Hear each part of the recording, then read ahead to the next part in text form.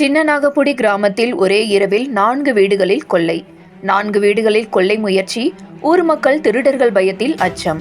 திருவள்ளூர் மாவட்டம் திருத்தணி தொகுதி ஆர்கேபேட்டை வட்டம் மாநில நெடுஞ்சாலையில் அமைந்துள்ள சின்னநாகப்புடி கிராமத்தில் 2000க்கும் மேற்பட்ட வீடுகள் உள்ளது. இந்த கிராமத்தில் ஒரே இரவில் கொள்ளையர்கள் 8 வீடுகளில் திருட்டு சம்பவங்களில் ஈடுபட்டுள்ளனர். இந்த பகீர் சம்பவம் குறித்து ஆர்கேபேட்டை காவல் நிலையத்தில் விசாரிக்கும் போது, எங்கள் காவல் நிலையத்தில் உட்பட்ட பகுதியில் திருடு எதுவும் நடக்கவில்லை, திருட்டு முயற்சி மட்டும்தான் நடந்துள்ளது என்று வித்தியாசமான பதிலை அதிகாரிகள் அளித்தனர். நிலவரம் குறித்து நேரில் சென்று விசாரித்ததில் உண்மை தகவல்கள் அதிர்ச்சி அளித்தது.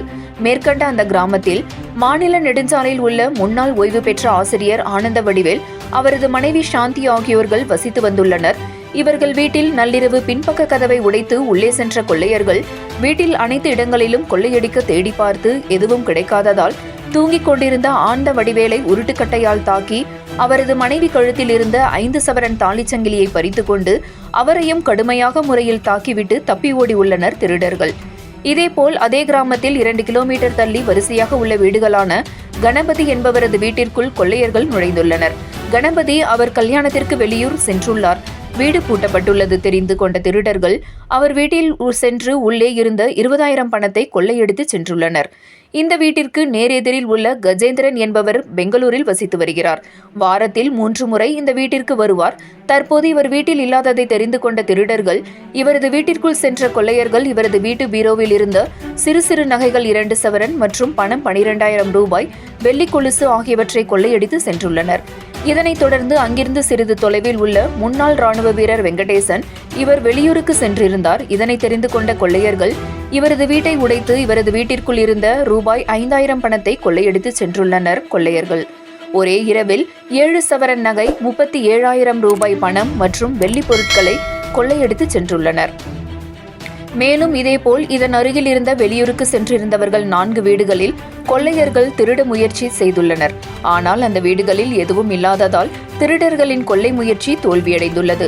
இதே ஊரில் வீட்டிற்குள் படுத்துக் கொண்டிருந்த மற்றொரு வீட்டில் திருடர்கள் கதவை உடைத்து உள்ளே சென்றுள்ளனர். அவர்கள் கூச்சல் போட்டவுடன் கொள்ளையர்கள் அங்கிருந்து தப்பி ஓடி உள்ளனர். இப்படி ஒரே இரவில் 8ற்கும் மேற்பட்ட இடங்களில் கொள்ளையர்கள் கைவரிசை காட்டியது அந்த கிராமத்தில் வசிக்கும் பொதுமக்களை பீதியடைய செய்துள்ளது. தொடர்ச்சியாக இப்படி கொள்ளையர்கள் அட்டகாசம் ஒரே இரவில் எத்தனை பேர் கொள்ளை சம்பவத்தில் ஈடுபட்டார்கள் என்பதும் தெரியாமல் ஊர் மக்கள் பயந்த நடுக்கத்துடன் உள்ளனர். ஒரு மாநில நெடுஞ்சாலையில் காவல்துறையினர் இரவு நேரத்தில் ரோந்து பணியில் ஈடுபட்டிருந்தால் இப்படி கொள்ளையர்கள் ஒரே இரவில் இப்படி 8ற்கும் மேற்பட்ட இடங்களில் கொள்ளை சம்பவத்தில் ஈடுபட முடியுமா என்பது பொதுமக்கள் வினா எழுப்பி உள்ளனர். இது குறித்து காவல் நிலையத்தில் திருடப்பட்ட வீடுகளில் இருந்து ஆர்கேபேட்டை போலீசாருக்கு தகவல் அளித்தும் போலீசார் நாங்களே புகார்களை பதிவு செய்து கொள்கிறோம் என்று எழுதிவிட்டு சென்றனர் என்று கூறியுள்ளனர். புகார் நீங்கள் கொடுக்க வேண்டாம், நாங்கள் பதிவு செய்து கொள்கிறோம், கையெழுத்து மட்டும் போடுங்கள் என்று அவர்களிடம் புகாரை காவல் நிலையத்தில் வாங்கி சென்றுள்ளனர்.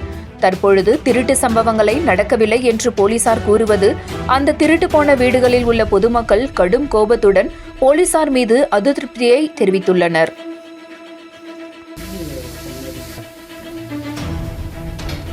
நான் சின்னநாகப்புடி கிராமத்தில் வசித்து வருகிறேன். நான் ரிட்டையர்டு எட்டம்மா இருந்து ரிட்டையர்ட் ஆகிட்டேன். நான் வீட்டில் நேற்று நைட்டு வீட்டில் படுத்து தூங்கிட்டு இருந்தேன். கரெக்டாக ஒரு 11 மணிக்கு மேலே அந்த டைமில் எவ்வளோ வீட்டில் பின்பக்க கதவை போட்டுச்சு உள்ளே வந்துட்டாங்க. உள்ளே நாங்கள் உள்ளே இருக்கும்போது அவங்க நேராக நாங்கள் அந்த நேரத்துக்கு ரெண்டு பேர் கயிற்று பிடிச்சி கயிற்று அமைக்கி தாலி சைடை கட் பண்ணி எடுத்துன்னு போயிட்டாங்க. அடிக்க வரணும் என்ன நான் தடுக்க வரும்போது நான் கத்தி தடுக்க வரும்போது என்னை தலை மேலே பலமாக அடித்து தாக்கினாங்க. அவனுக்கு கையில் ஆளுக்கு ஒரு கம்பு வச்சுருந்தாங்க. அந்த கம்பில் என்ன பலமாக தாக்கிட்டாங்க. நான் கீழே வீழ்ந்துட்டேன். அவங்களும் கீழே வீழ்ந்துட்டாங்க. மறுபடியும் பின்பக்கம் வழியாகவே ஓடிட்டாங்க. எப்படி இருப்போம் நாங்கள் இந்த மாதிரி சூழ்நிலையில் நாங்கள் எங்கள் உயிருக்கு பாதுகாப்பு இல்லை போகணும். இது பண்ண நீங்கள் தான்